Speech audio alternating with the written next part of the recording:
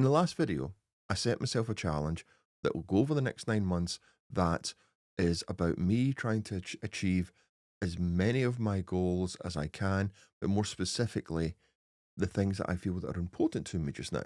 One of the things I went and mentioned in that video was the Wheel of Life. And the Wheel of Life is a great way of keeping track of how you're getting on and also identifying the areas that you're doing well in and the areas you're not doing so well in, which allows you to focus your energy on where it should actually be going at that particular point. But how do you decide how you score that Wheel of Life? You know, it's the 1 to 10, how you've got on that week. How do you decide? How do you see where that progress is? And that's what I'm going to talk about on this video. Not going to be a long video, but it's just we're going to talk about why keeping track is really important. Okay, so why is keeping track really important? Why is keeping scores important? Because there are a lot of people who it puts them right off. I work a lot with people in the alcohol-free area, and keeping track's quite an important thing. How many days alcohol-free you've been, what's the streak, and what have you. But a lot of people don't like to see that. But I always say, okay, don't keep a track of it every day, but be able to see it when you want to see it. Because sometimes you need that boost. You need to see that boost, and it gives you that bit extra energy when things aren't doing so well, to be able to look at something and go, oh, I've been alcohol free for 90 days, 100 days, a year, whatever, or even 2 days. Really, really helps give you that boost when things aren't so great. But we can't just look at every goal and go, I've been doing it for so many days. Sometimes we have to think what counter actually works. And it's not just what counter works, but what counter actually gives us a buzz, because that's the thing that really helps you when you see that grow. That's the thing that's going to do it. Sometimes it's not just the number that does it, sometimes it's what that number means. Here's a daft example. I decided to go alcohol free about 7.5 years ago. And one of the things that helped me, because I do quite like numbers and what have you, I'm not a great counter, but I like numbers. But one of the things that helped me was keeping track of the numbers and aiming for particular numbers. Now, I like music, synthesizers, and so on.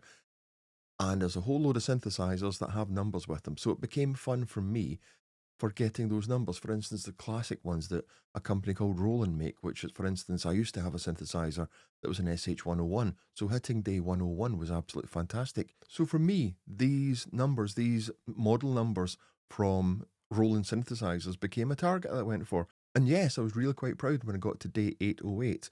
And if you don't recognize that number, you've probably not danced in the last 30 years. Now, why am I getting excited about this? Well, basically because those numbers did excite me. It became a bit of fun. And when I seen that, it helped me go that bit more, and I could, yeah, it just felt more like fun. But as I said, it's not just counting days. It's not just attaining certain numbers. There are other things that we can look at. For instance, a few years ago, I went and bought myself a watch, one of these ones that keep track of your heart rate, your exercise, and all that sort of thing. And that became useful too. And it also became, even though it might not be the most accurate scientific device, it gave me a benchmark of how things were going. And you've always got to think back to yourself and reflect. I mean, this watch will tell me that my sleep was great or my sleep was bad or something like that. But I always have to think to myself, how do I actually feel after that sleep? But it gives you that benchmark.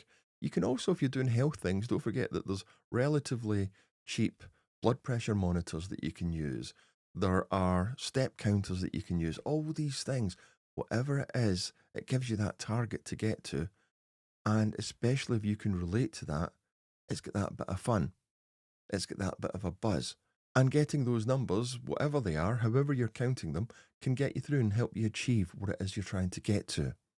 Now, when we're looking at this as well, we've got to consider the size of the steps that we're trying to get to. We might say, oh, each week I'm going to measure such and that'll be the way I go. But what if what you're trying to cram into that week is too big? We can have milestones, but there's also stepping stones as well. And sometimes it's better to have those smaller stepping stones because they're realistic, they're achievable.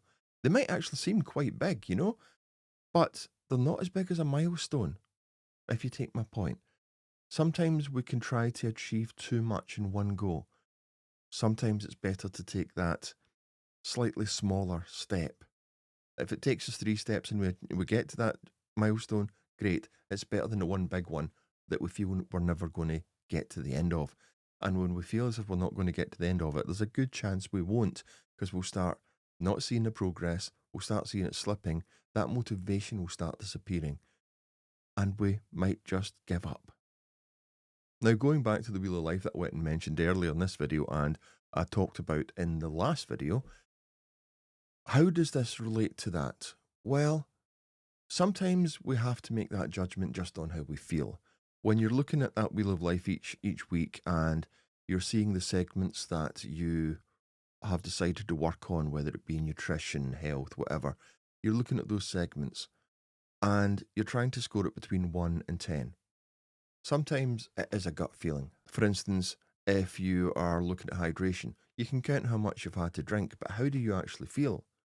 How has that made you feel as far as energy is concerned? And sometimes that has to be a, a judgment call on your part. Equally, if you're seeing something that shows that your heart rate has come down, or you're less stressed, or anything like that, or your energy levels have gone up, then that gives you that bit more of a backing, so that it's not just that judgment call. There's a bit of evidence there as well.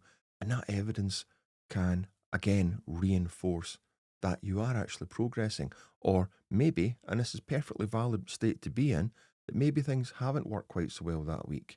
And that might be something you have to focus on again.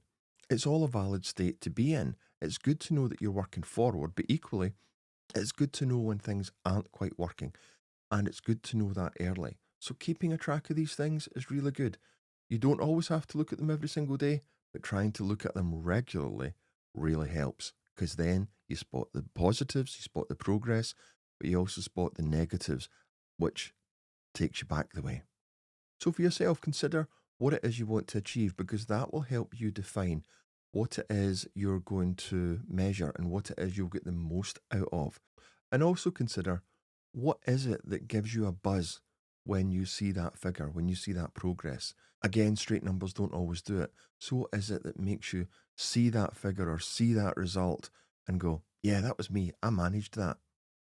And from that, consider, what's an easy way for you to quantify that? Is it going to be something where you score it 1 to 10?